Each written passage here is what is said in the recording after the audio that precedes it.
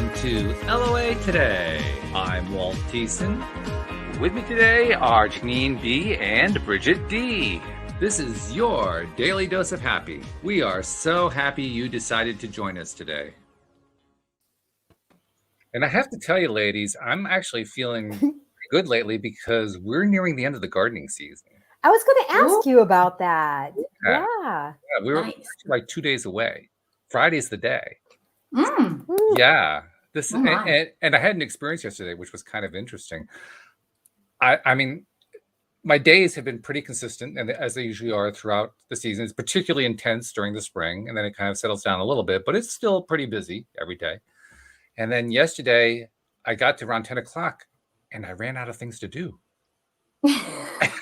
I said, wait a minute, that's not the way this is working, right? I'm always working on this. What's going on here? So, yeah, I'm going through a bit of a transition there, and I'm liking it. Okay. I mean, it's different. It's a little uncomfortable because it's different, but I'm liking it. It's kind of a cool thing. So cool. It kind of made me think about some of the stuff that we talked about in the TIE boot camp, which we're all still in. Janine's just on the verge of graduating, but not quite through that particular door yet. So it seems like appropriate to kind of talk about that stuff. And what you talk about, Bridge, you're almost up there where you are in the modules. You're moving along really quickly, though, I have to say. But you're almost up to the point where you start really doing the big dreaming about where do you want to be and what do you want to have happen in your life and all that kind of stuff. Yes. You're really close to that section. That's the section I'm on right now. And I thought, why not make a show about that? What is it that we dreamed for? What is it that we're looking for? What is it that we're hoping is going to happen with our lives and that we're going to make our lives into as we finish passing through the boot camp? So that's all. That's my thought for the day. But we have a dreaming LOA today. Yeah, absolutely. Absolutely. So well, I just went back and I looked at like my my codes, and I'm rewriting my code. And it's interesting because some of the things I wrote down have already come to pass. Yeah, isn't that cool? So it's like, it's really cool how that works. So it's like, oh yes, it's definitely time to rewrite this. It's like, okay, everything I said and that's awesome. But the big dreaming, that's fun. It is fun. I'm excited about this. We were talking before about how people, when they get toward the end, they don't want to leave. And I can understand why. I'm on module 14 out of 17, which is pretty much near the end. And module 14 is where you really start doing the big dreaming. And you're supposed to do it pretty much every day during the time that you're on that module. Well, I've been on that module for a week and I don't want to leave it. I'm enjoying this. This is fun.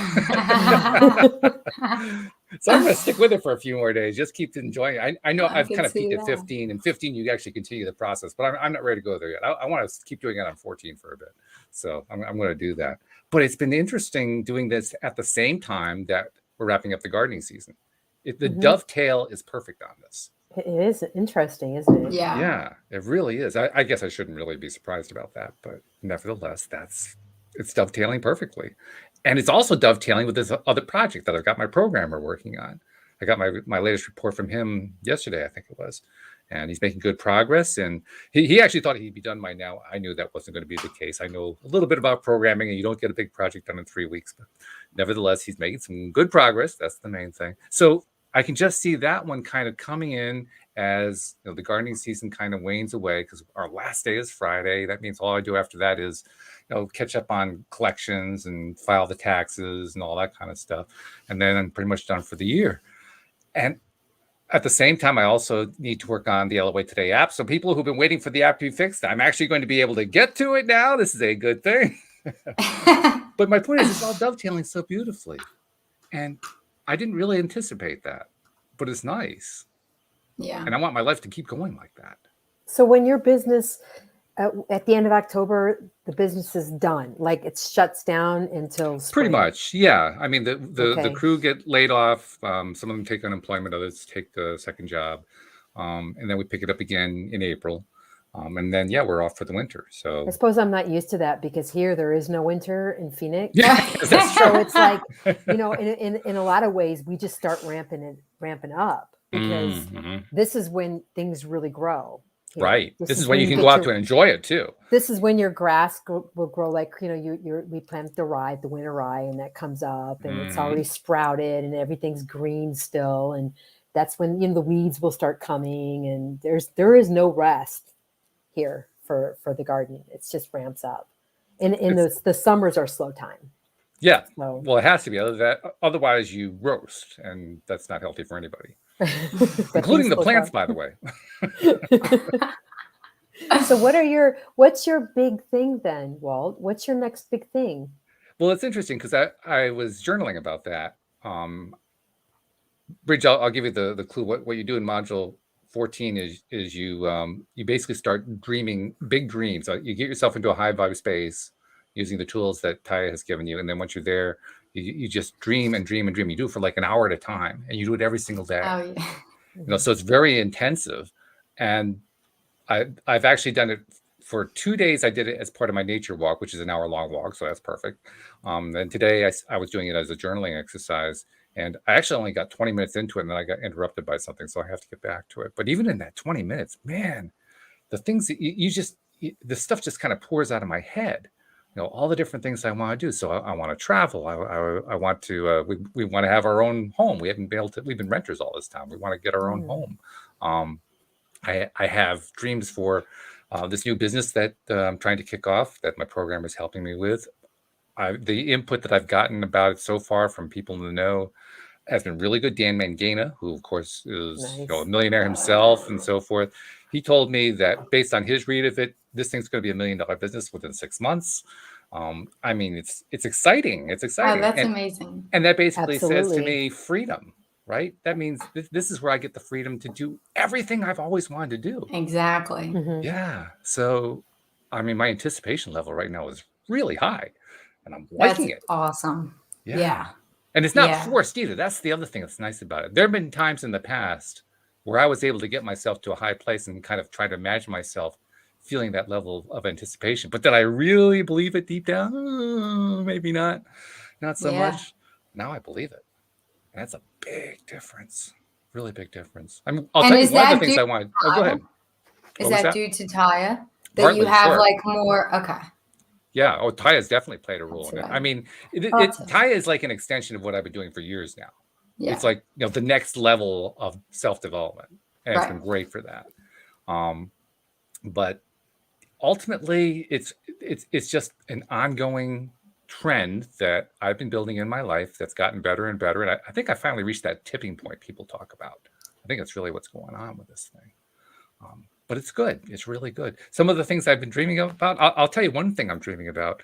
I'm dreaming about having this huge amount of money coming in, and we can do all kinds of stuff with it. But one of the things I want to do is I want to feed it back to help people who don't have financial means to do the same kind of work we've been doing. Yeah. And I want to bring them in at whatever level they're at. I mean, like with boot camp, you guys know you can't really get into boot camp unless you really come to appreciate, I create everything in my life. That's a tough one. That's a tough one. Well, and that's where I think you might run into, like you want, let me just clarify. You want Taya to be available for those who no. Okay, I'm just a little confused. Understandable. Yes. No, I would not want to do anything to monkey around with what David's put together. Exactly. I didn't think that was right. Yeah. So I'm like, okay, but I have to. I just want to expand my horizon a bit. Okay. For instance, I mean, Taya is a great program. It's not the only program that's out there. And I can't say I have run into anybody who has a really great program for somebody who's more at the beginner level. I mean, maybe you could say the movie The Secret or something like that, but that's, it's pretty good. I can't even tell you yet that I know exactly what that level looks like, but I have some feeling of it so far, and I'm sure it's going to develop over time in my mind. Part of it is what we do here, only aimed at a different audience, at the audience of people who are skeptical, at the audience of people who are just kind of checking this out and poo-pooing it, and it's a bunch of woo-woo nonsense and so forth. But what draws them in is we have a lot of fun doing this. Yeah. I'm thinking, what can we do to take it to the 10th degree so that anybody watching this is having fun regardless of what they believe about it? Yeah. So that becomes the hook to draw them in. And then once we've drawn them in, then we're doing various things, I don't know exactly what yet, that help them to challenge their own victimhood status, I guess is the best way you could put it. Yeah, that's the thing. A lot of people don't see themselves as that they're Right. in that victimhood state and they're not looking at it like that. Or if they hear that they may be doing that, it's like, I'm not. Exactly. You know, it's offensive in a way to people when they haven't realized, you know, certain That's things. right. So yeah. So you obviously can't say, hey, you're a victim. That's obviously not going to work. Not to certain people who are not ready to hear that yet. Not at all. Yeah. But they might be ready and willing to hear stuff that's fun. Here's Yeah. stuff that feels Who's good. not? They might be interested in that. Yeah. If they're really deep into the drama, then they're probably not even going to listen to anything. But if they're willing to listen to at least some degree, I'm talking about the person who first got, you know, they first heard about The Secret and they watched the movie. That's the level I'm talking about. They haven't accepted anything yet, but they're intrigued. Yeah.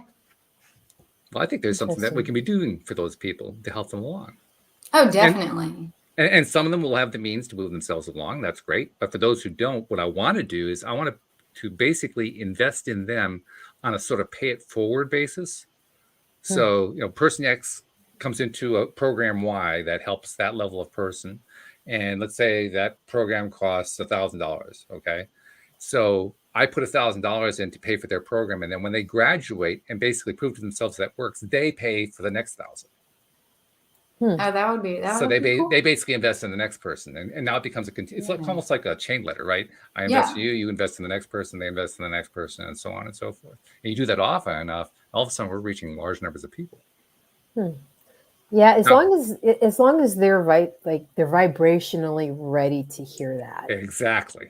Because what you're going to do is you're going to pay for somebody who doesn't complete it or doesn't show up or doesn't, you know, if that energy's not in the right place, right? If the person's not ready for it. And that's something that I'm not even sure how we do that yet. Got it. You're just working out the details. I haven't even begun to work out the details. I'm sketching out the broad picture, and I don't even have that part done yet. It's a cool idea, though. Yeah, no, I agree. Yeah. And it takes away the one thing that is always the biggest objection. Well, I can't afford it. Yeah. That's the one that always gets trotted out. I can't afford it. It's too expensive, blah, blah, blah, blah, blah. Well, what if you're paid for up front? Right. But that's still a certain vibration that maybe somebody's not. It's like they have to come to it. Oh, some won't. Some won't be ready for that under any circumstance. And I don't delude myself into thinking that this is going to, you know, just sweep the world. I think it's actually still going to be a minority of people who are willing to actually take even the most basic baby steps. But, you know, why not help them? That's the way I look at it. Why not help them? Well, chances are if they're listening to this podcast, they're probably on that vibrational level. But if they're listening to this podcast, they're way past that level. Yeah, we have very advanced listeners here. They get you. No, they get you. They get you. They get this. They get what we're talking about. Yeah. And that's no doubt about it. Yeah, that's definitely important. And every one of them, to one degree or another, has already done a lot of work on themselves. Yeah. Otherwise, they wouldn't be interested in listening. Right. What would be the point? Yeah, it's interesting because this kind of reminds me of something that's happened recently. So I love taking cuttings of things that I have and sort of putting it on the Nextdoor app. You know, hey, on the gardening group, hey, I have cuttings of sugarcane if you want sugarcane, and sometimes I have to trim my bay leaf because it goes a little crazy and so I did. I cut a few pieces of bay leaf. You don't need a lot of bay leaf, right? I mean, it goes a long way. A little bit goes a long way. And I got this one woman. I want all of it. She says, "Well," I said, "there's other people wanting it. Okay, but I want as much as you have." And it's like, okay, it's off, right? It feels off because here's a person that just wants to take. And I'm wondering where my vibration is with this. And it wasn't just once.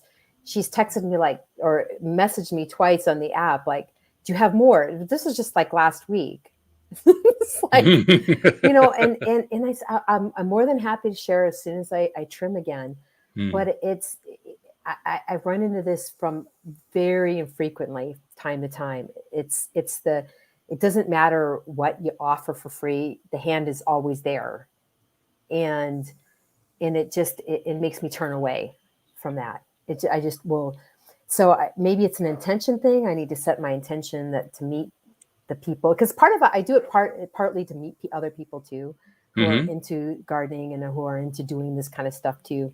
And, but that like, it has what you're, for me, at least maybe it's the vibration I'm in right now, but because I am a little wonky, a little DTS, but it almost has that same, like that same energy, that same feeling of expectation or vibration of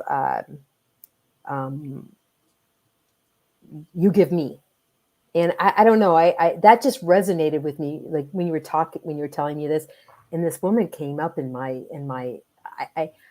I'm not sure where that vibration is coming from, but I'm throwing it out there. Am I clear that somebody keeps, you're giving something away for free, and they want more, and they want more, and they want more, and it's just like, I try to look at it like, of course they would, because whatever you have to offer is so good. You got to see what we you want to keep coming back to you. Podcast listeners can't see, but she's putting her hands up to the camera, going, no, go away, go away. Yeah, that's the feeling I get. It's just like, so there's something in my vibration that I attracted that.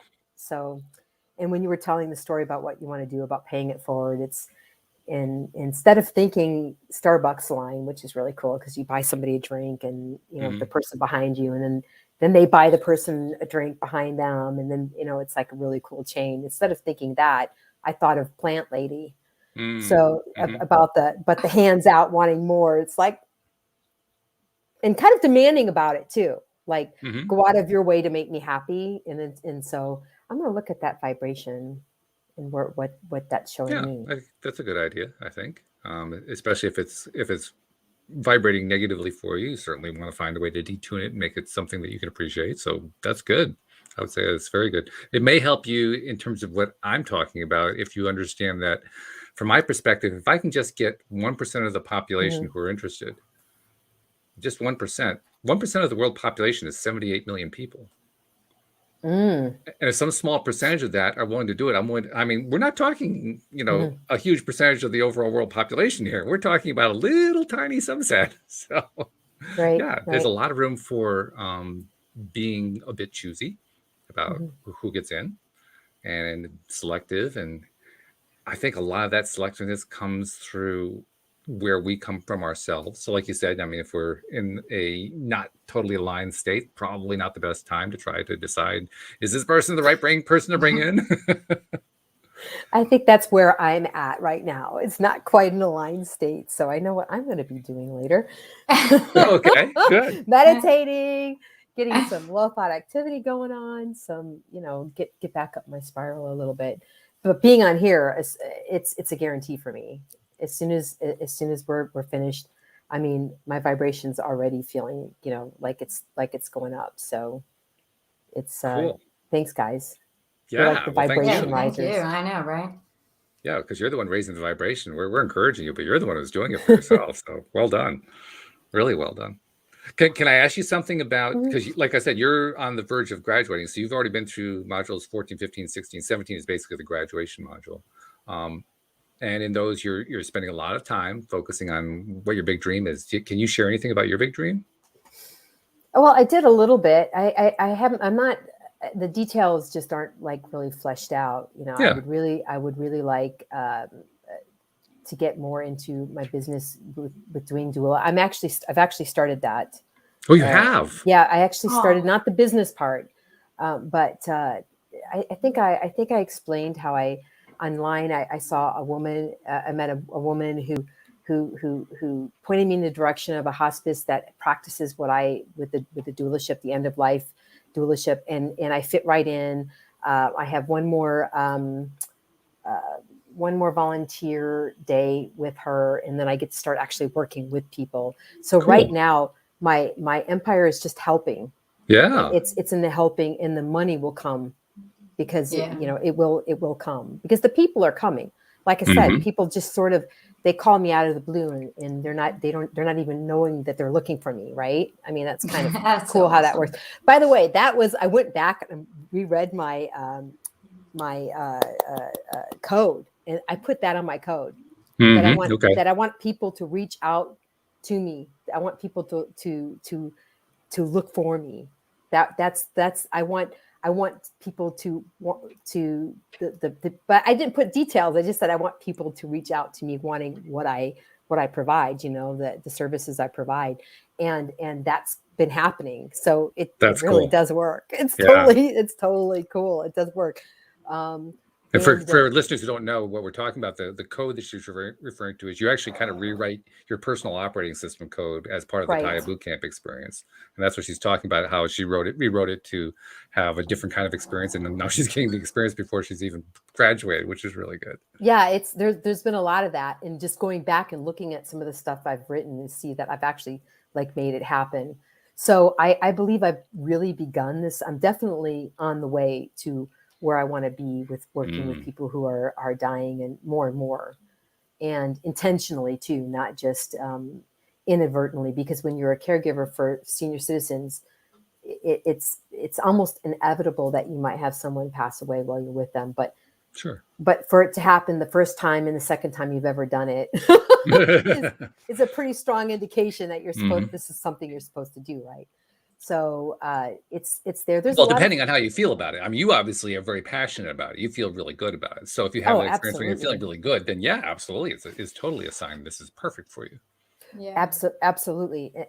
And I want to actually come at it from an energetic point of view and market myself as more of an energetic, because sometimes I actually have helped my clients to heal too. I did some Reiki work with a senior citizen who was very open-minded. She was beautiful. I mean, her legs were literally shaking. Now I'm a Reiki master, so energy is just, it's something that I'm very familiar with, actually, hands-on energy. I mean, her legs were literally shaking when I was doing a session with her. And after the session, she began to heal immediately. And in 2 weeks, she didn't even need me anymore as a helper. That's awesome. So it could go either way, depending on what somebody's intentions. If they want to pass away, I can help them. If they want to heal, I can help them. Not that I'm just facilitating.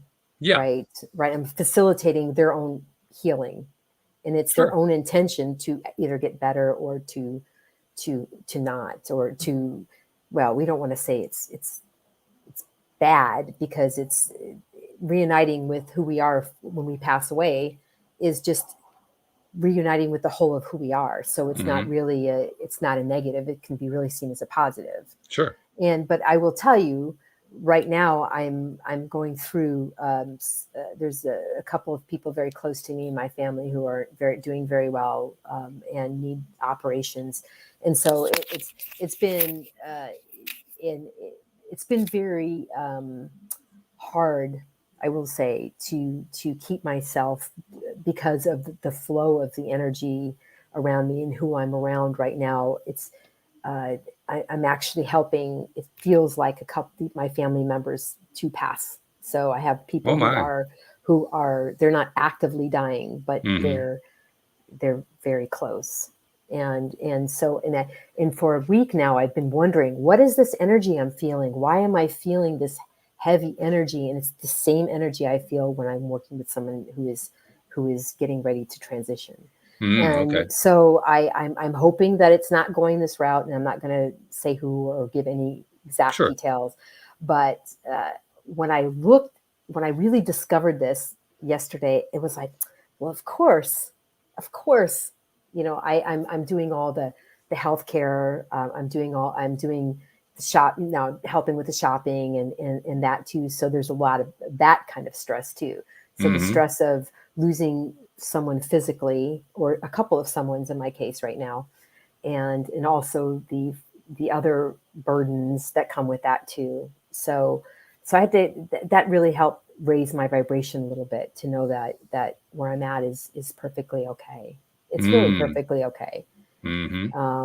So, and then on top of that, working with other people who are dying as well. So it's it's pretty heavy.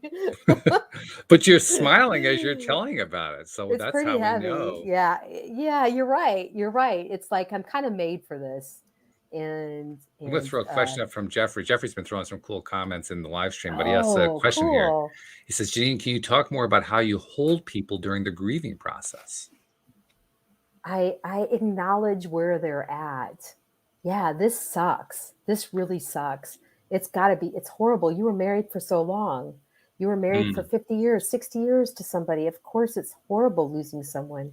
And so I think I just try to hold space for the family members and for the Jeffrey and for the person who is actively dying, and just acknowledging where they're at. I'm not afraid to say, hey, look, this sucks what you're going through.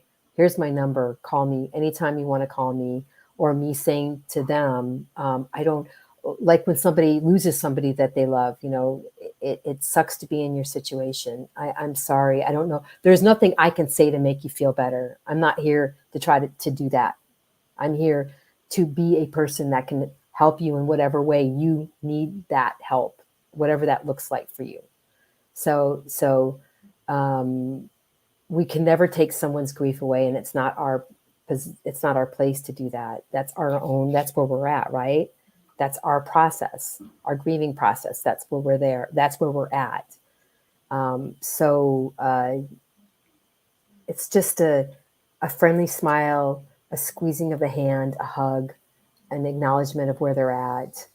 And if need be, like numbers and direction to people who can help in addition to maybe some more grief support. We have grief counselors that we can refer to people to. Did I answer that? I think he did. He has a follow-up question, though. He says, how do you release that grief in yourself once you've done it for others? I don't hold it the same way. I don't hold other people's grief the same way. And even my grief with what I'm going through with my family members, because there's an acknowledgement that in some aspect, now, of course, I don't relay this information to my clients or their families, but there's some realization that this is their journey, right? This is the person who's dying and the family. This is their journey. And so they need to sort of feel it, how they're going to feel it. Mm-hmm. And it's not really up to me to make them feel better. So for me, releasing it, it's just, I don't internalize this because I kind of see it as them becoming whole. So in a way, I'm kind of celebrating inside. Sure. So there's a celebration going on inside of me in some weird way that, like, oh, this is beautiful. I'm holding space. This is gorgeous. This is, I feel so honored to be with you right now and to be with your family and to just, it's so releasing it. It might just be an afternoon in the garden too. I will say, because the grief it's very heavy. It's very heavy. So right. I'll go out there, garden for a little bit, do some walking, listen to music, listen to podcasts, doing the things that I enjoy doing, sewing, talking to other people. But it's just really, for me, it's more of a distraction to get away from that. Do you see, or to let it kind of go. And once it's gone from me, then I sometimes still see my peeps. They come to visit me sometimes. And that it's often through music. It's often through music. Like, oh, that's a song they liked. I remember that, So, but there we go. What you said made total sense to me. I don't think what you said was weird at all. We can understand that. But to me, it's not weird. And the reason I say that is when my mom passed, I think I was the only one who wasn't surprised. Mm-hmm. I mean, I thought I thought she was going to pass 9 months before. So, well, see, this is when I was okay with it because I knew she was done. She was ready to move on. Well, the one person in my family, they actually need a pacemaker, and they're very young, and I can see this person actually slowly taking themselves out of this plane of existence. Okay. And I brought that up to them. Do you want to check out? Well, if this pacemaker doesn't work, then yeah, I think I'm done. Okay. All right. So there's a clear indication. Right. So knowing that, then okay, well, I can work with you as a doula. See, knowing this, then how do you want your death to look like? How do you want your physical death to look like? Let's talk about that. Okay, what do you want to do before the physical death? It's not just about the transition. It's about what leads up to. How do you want to die? Where do you want to be? Who do you want to be around you? How do you want the environment? Who do you not want to be around you? What things do you have to be that you have to finish with in this lifetime? Who do you need, even if they're not around, even if you don't talk to them? What do you need to ask that person that you've been wanting to talk to you? Let's talk about that. So we can start the process, and we can get the ball moving, because I know that this person my family member who I'm talking about is been contemplating staying around or not. And that's really obvious, right? It's really obvious when you can actually physically watch someone over the course of a year and a half physically falter and physically fail and go down. And you can see that.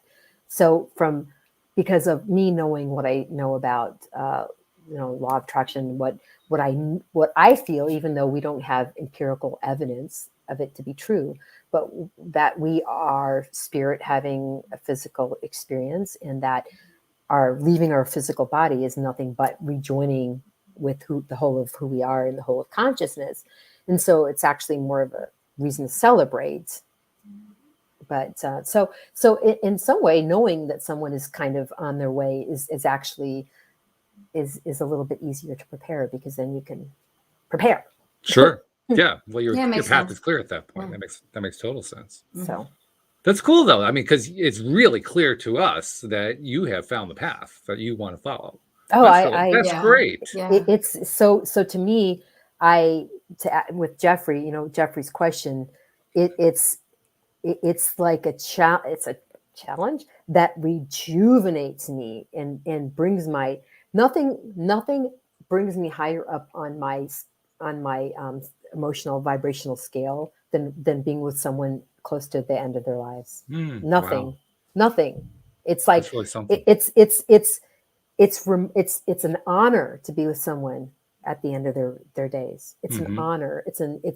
It's being there when they take their last breaths. It's something that, I mean, Walt, were you with your father when he passed away? I was not. I visited him like a day or two before he passed, but no, I wasn't there at the time. No. Okay.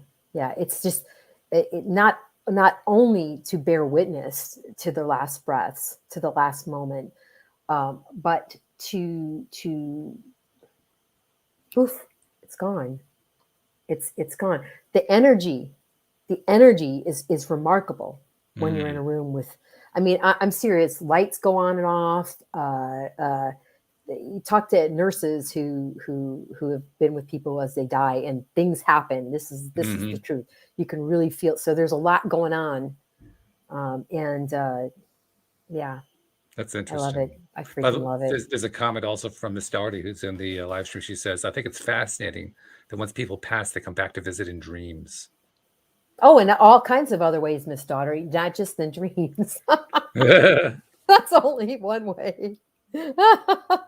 I mean, like sometimes like I said, I could still see him around. But what's really even more fascinating is how they visit the people before the people actually pass. And there's books written about that too. And I'm kind of in the middle of reading one. But that's where they when someone is kind of close is when they say, oh, I saw Mom yesterday. She came to visit me, or I saw Mom in my dreams. And that they're kind of, they kind of come to whatever capacity to help the person pass. So sure. I find that even more fascinating. I mean, everybody listening can hear a major life path for Janine B here. This is cool. Yeah. Oh yeah. And this is what I want. I would love to just explore other parts of the world and their death culture and just be part of that death culture and sort of learn these different, because see, I see death as joyful, but of course I'm not having a party while someone's passing away, but I can channel that energy, and I can channel that kind of excitement about that, the end of life and in the moments. And that's how I work with the clients too. So I sort of channel their grief. It sounds, any other person's going to think I'm weird saying this. Not here. Channeling other people's grief, feeling it but feeling it in a different way is entire. I can't tell you. It's just what I do. It's just natural for me. That's one of the beauties of doing the show LOA today, because we have explored so many different things that something like this doesn't knock anybody off their rockers. Like everybody says, yeah, sure, makes sense. Well, that's just it though. Death, like that's not a topic that you hear a lot about because it's not, people don't think of it as a happy. But see, I would like to change mass consciousness to really show people that it's beautiful. It's like, okay, you're done with this lifetime. Time to move on to the next thing. The next thing. They better celebrate me when I'm dead. I want to eat crying. Y'all better be eating some pizza and drinking some tequila shots. That's all I'm gonna say. I love it. Oh, I love that. One of these people I'm talking about, and I'll just be my grandmother. She'll be 93 this week, and she told me 10 years ago that her brother said that she would be 93 when she passed away, and she's really super scared, and sometimes she's threatened to come back and haunt me after she's. I said, Grandma, you're going to be so happy to be on your way that you're there's not going to be any meanness or any anger in your heart. How you define haunting. I mean, to me, a visit for some people could be a haunt. For me, it could be, hey, look who's here. Yeah, right. Exactly. Yeah. By the way, Miss Doherty had a question for you. She wants to know what the name of the book is that you've been reading. Yeah. Oh, I'm terrible with names. It's called maybe I have it here. That's my cousin, by the way. Hey, Joanne. Oh, really? Oh, hello. That's there. Super cool. I'll let you know. Because it's done by a doctor, and it's like dreams. It's really a doctor's account of the dreams that his patients have had over the years, the dreams and the sightings that they have before death. Because I will tell you, anybody working with people who die will tell you that this stuff happens. This stuff is real. People will come before, and it could be the Dalai Lama. It could be your vision of Jesus. It could be your grandmother. It could be your dog. It could be, but usually when people start seeing these people who either mean a lot to them in whatever capacity, religious, family, it just means that they're kind of close. And Bridge, I'll let you know so you can pass the information on to her. Thank you. Okay. Yeah, thanks. I want to read it too. Oh, now my vibe is way high. Well, that's what Taya teaches us. When you work through all the stuff that's been in your way, and you get it out of your way, and then you start focusing on your dream, you fly. You fly to a high level that you don't normally find yourself at, and it's a wonderful feeling. It's absolutely, and of course, I don't care what you believe in. I mean, if somebody close to you is not doing well, you're gonna be upset. You're gonna be sad. You're gonna be, and that's kind of what I'm going through. So a little bit too, and which is different than working with the client, because a client, that's not my my family member who's passed away. So I can be a lot more, reserved or a lot more helpful, I think, in some way. So the challenge for me is to be that helpful person, because that's part of who I am with people who are passing away, and yet be okay with the way I'm feeling about it as well at the same time. So it's like being helpful, being on path, keeping my vibration raised, well, knowing that this person and this person are sick and they're not doing well. But by the way, I have to tell you, there was a little chuckle going on inside of me while you were talking there, because a moment ago you mentioned how there's really no empirical evidence of the spirit, and then you this wonderful story about how anybody who's ever been in a room with anybody who passed is experiencing all this stuff. And I'm saying, well, how much empirical evidence do you want anyway? Well, yeah, but sometimes it's like, if you think scientifically, could that be the brain making some kind of way, making it easier for our spirit to, or for us to pass? But I really feel it intrinsically that this is not it. There's no way that this is it. No. There's no way. And once we know that, we can hold space for people who are passing away, because Absolutely. we know that this isn't the end. But see, they don't know that. So this is why I get comments like, "Wow, you're so calm. Are you Buddhist? Are you? How can you sit and not? It's not that I don't cry when people are sad or when people pass away, but it's just I know ultimately that this is not it for them, man. They're on to the next thing. We don't know quite how that works, but I got to tell you a little story. I've told this before quite a while back on the podcast, but when my stepmother-in-law passed, so it was my wife's stepmother. She passed 3 years ago, something like that. And we went to visit her like a day before. And we knew that she was passing. She knew she was passing. She had deliberately gone off her meds. She was done. And so this was a chance to say goodbye to her. And I went with Louise. Louise had a nice long chat with her. Lasted a good 45 minutes to an hour, something like that. And when we were all done, I had this overwhelming feeling to say a particular thing, which I said.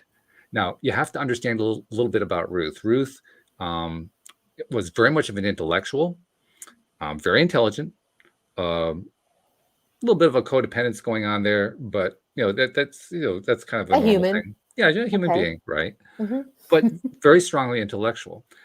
And so I teased her on the way out. Well, the last thing that I said to her was, I gave her this big smile. I said, "You're about to go on a big adventure." That's what I say to my kids all the time. Is it really? Oh my God. And the look on her That's face, so weird. the look on her face was priceless. It was like, oh. And that's literally what you say to your clients? I'll just, it's like, I think you're going to go on this big journey.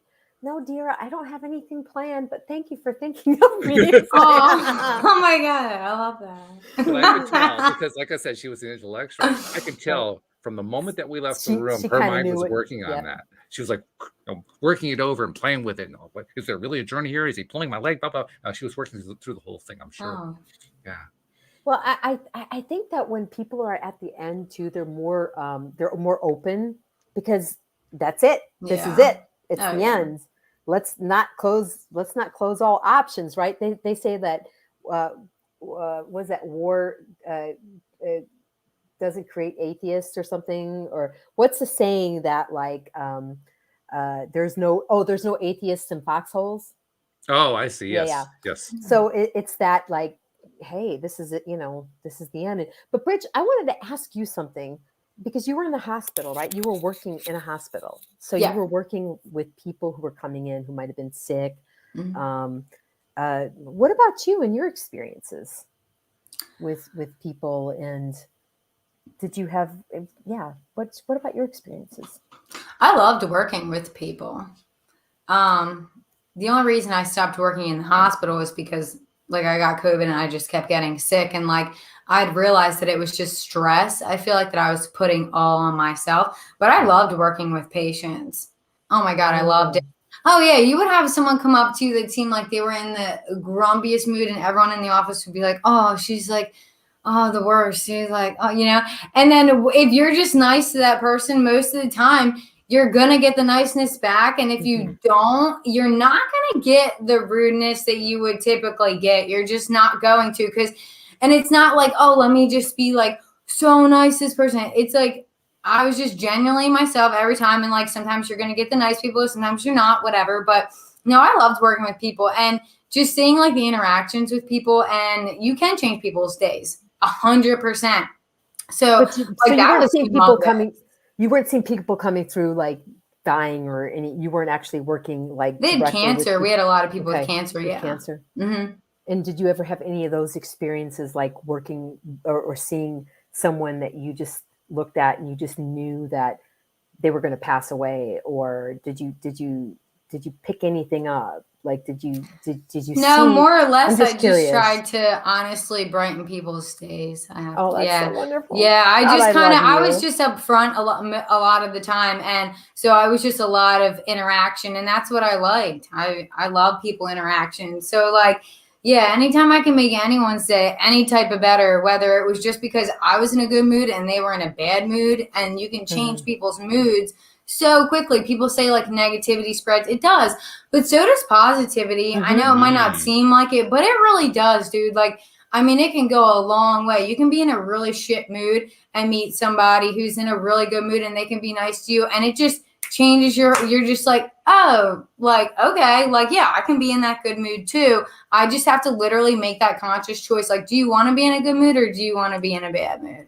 So yeah, I feel like that was like my main thing. I just loved like the whole people interaction thing. And yeah, that was probably my main takeaway. Just the whole, like, I had one patient that would call me like 7 years after I ever even saw the guy. Oh, you know? wow. That's so super Yeah. cool. Yeah. If you So made I know I somebody touched feel that, people. So great. that means, yeah, it meant that definitely was more than anything to me with that job. Yeah, for sure.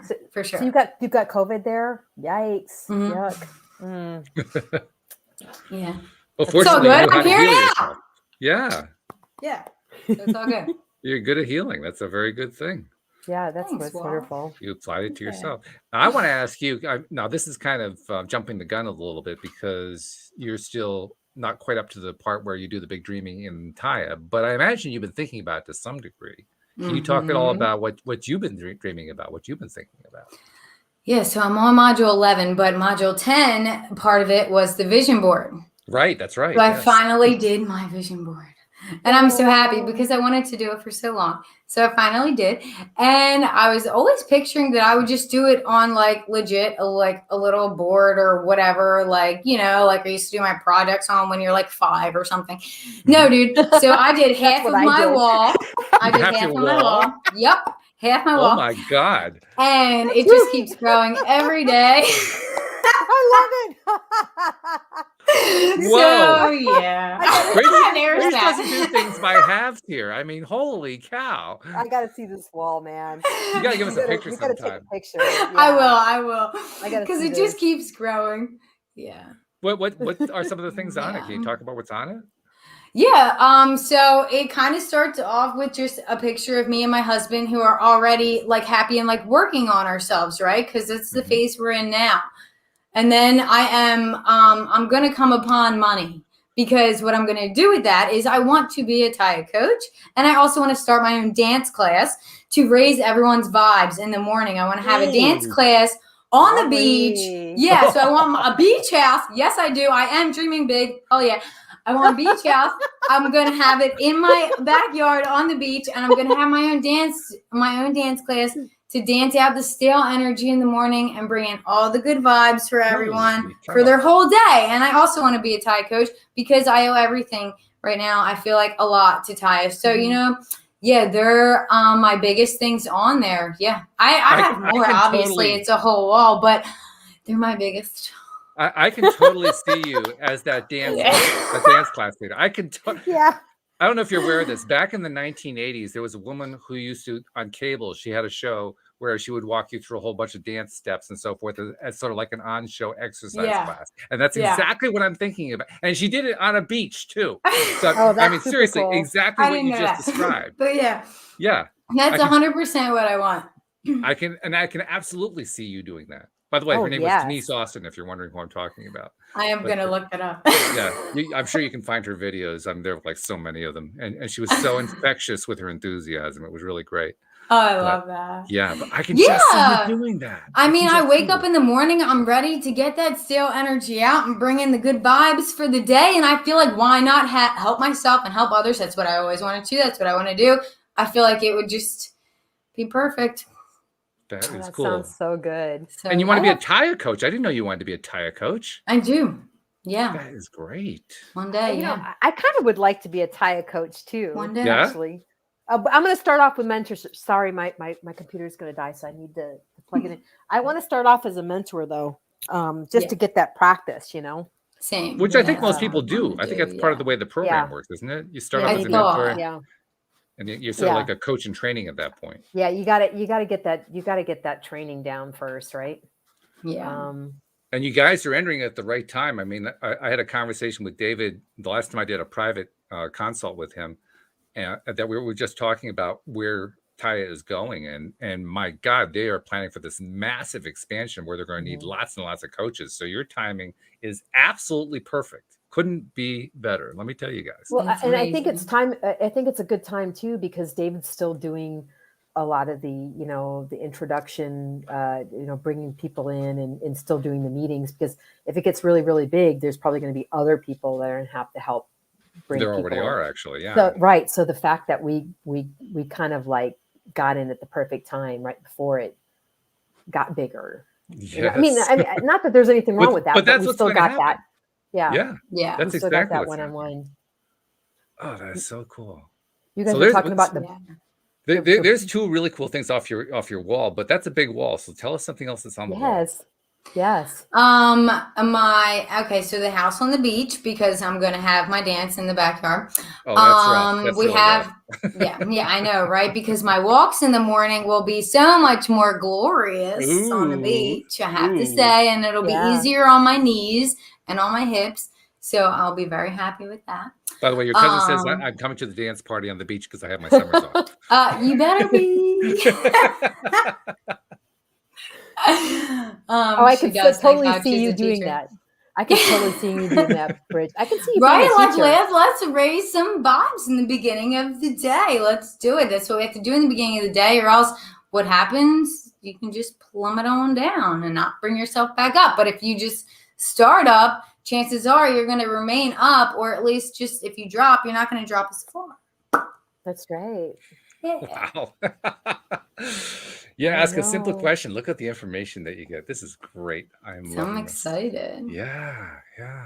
I almost don't dare to ask, but is there anything else you'd want to share from the wall? I mean, so I want my this one Porsche really bad, right? Ooh. So I did it like a test thing because I kept seeing them everywhere, and I was like, okay, is this just because I said I want one and I'm picturing myself in it and blah blah blah whatever. So I'm like, okay, I'm gonna not think about it, but I'm gonna still look for them.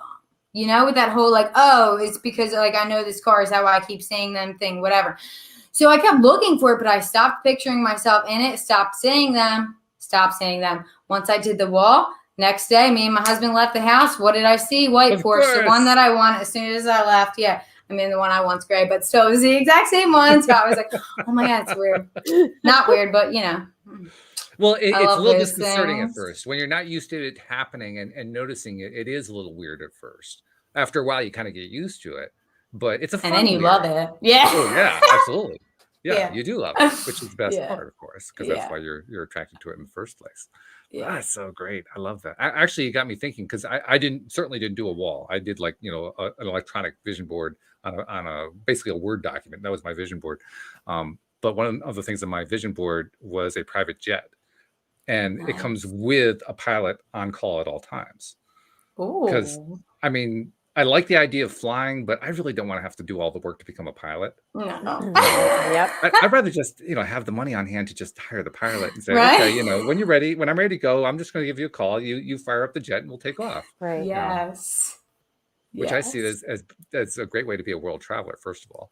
But oh yeah. Hey, let's head to the Caribbean. What do you think? Okay, yeah. I also had that on my wall, Jamaica, because we went to our honeymoon there, and I want to go there every 5 years to celebrate our love. Because why not? And Jamaica's awesome. We're going to Puerto Rico in a few months. Nice. Oh, nice. We just planned a vacation. We were like, forget COVID. We're just just gonna do it. That's beautiful. Oh, good for you. Yeah. I was just thinking, my vision boards around here, I did it, and it just like what you did when you were a kid, the white foam board. And I oh, here it is. Oh, you got it. Yeah, let's see. Okay. All right. So I'm going to show it to you guys. Okay. So here's, the money, and the family and health. And here it's like an Alzheimer's facility, a hospice kind of facility for people who are passing away. Wow. And I told my husband I want to buy him a Tesla. You know, Oh, the a Model model is not 3. important. It could be any of them. It doesn't really I want the matter. Model X actually, but so I understand. Do you? And Yeah. then better I love sleep it. and you know, travel to different like locations and it was really fun doing this. It was like, you know, it was just like being a little kid because I didn't do a lot of that stuff when I was a kid. So it's just kind of me either. Yeah, kind of fun to take the glue out and just paste and glue. And I ruined my table, but that's okay because we're going to get a Tesla. That's okay. I ruined my paint on the wall. You're good. You know, the Elmer's glue is not coming off my table, but we're going to get a Tesla. Well, actually, I do have the Tesla on my board, by the way. So we really? share that in common. Oh, nice. There. Yeah. Sweet. Nice. God. What were you saying, Bridge? Sorry, I interrupted you. I don't even know. I'm not sure. Oh, okay. Happens often. We do that all the time, right? Where'd that thought go? I know it was here a moment ago. Yeah, it comes back sometimes. This is great, though. I love you sharing all this stuff. I love sharing all these dreams. Because when you share the dreams, well, first of all, you're building up your own vibration. And second of all, you're encouraging everybody else's vibration. Yeah. So and to dream big. So we've got like 600 people listening to the podcast by the time they're done listening to this thing. You just helped raise the vibration of 600 people. Yeah, that's awesome. That is awesome. I always do. I want to help myself and I want to help others. So if we do that, then we did it. You're such a teacher. I can so see that. I'm still imagining her on the beach teaching the class. I mean, that's just perfect. Oh, I can see you do that. Yeah. Thank you, guys. It's really not hard to see because you're so infectious with your enthusiasm. That's part of it. Absolutely. And you're very easy at expressing your enthusiasm. And that's key for somebody who's leading a class that's supposed to be a high vibe class. So that's why it's so easy for us to see it. Yeah. Well, thank you. Yeah. Thank you. I'm excited. This is not a stretch. Not even close to a stretch. In my brain, it used to be, but thanks to Taya, now I see it on my wall and I get to see it every day. So it becomes more real every day. Now I'm looking at my wall going, I know, right? Do you want to put your pictures up there?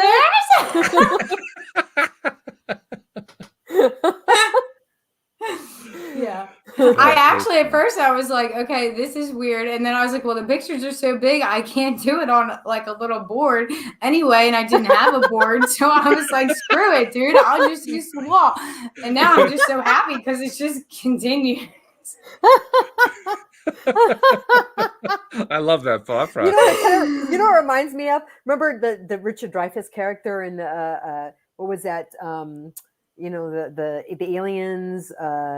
Oh, help me out here. When he does the potatoes, when he's working with the potatoes and he makes the mountain out of the potatoes. Close Encounters of the Third Kind. Yes, that's and it. He takes it and he puts it in the middle of the table and he gets all the. If you haven't seen that, Bridge, you have to see it. Yeah, he gets in the middle of the and he's got all the potatoes and he gets all the mashed potatoes and he builds like that kind of that reminds me of that. Good for you, Bridge. Building my mashed potatoes.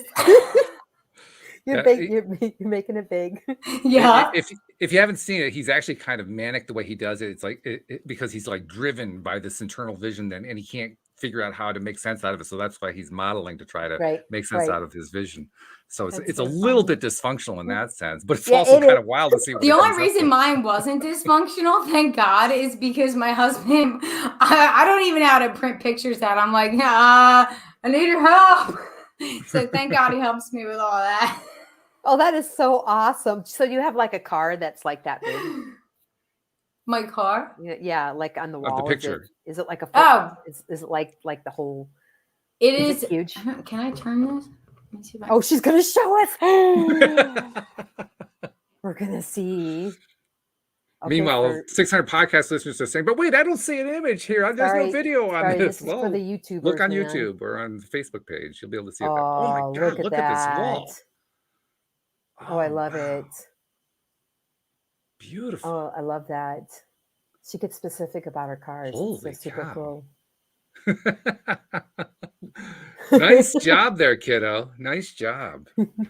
All right. Well, this has been wonderful. I think we're all pretty high vibe at this point. So definitely mission accomplished. Thank you. Oh, So I thank you needed for that. sharing, guys. Really, really good. Thank you, live streamers. And thank you especially to our podcast listeners everywhere. We'll see you all next time here on LOA Today. Goodbye, Bye, everybody. guys.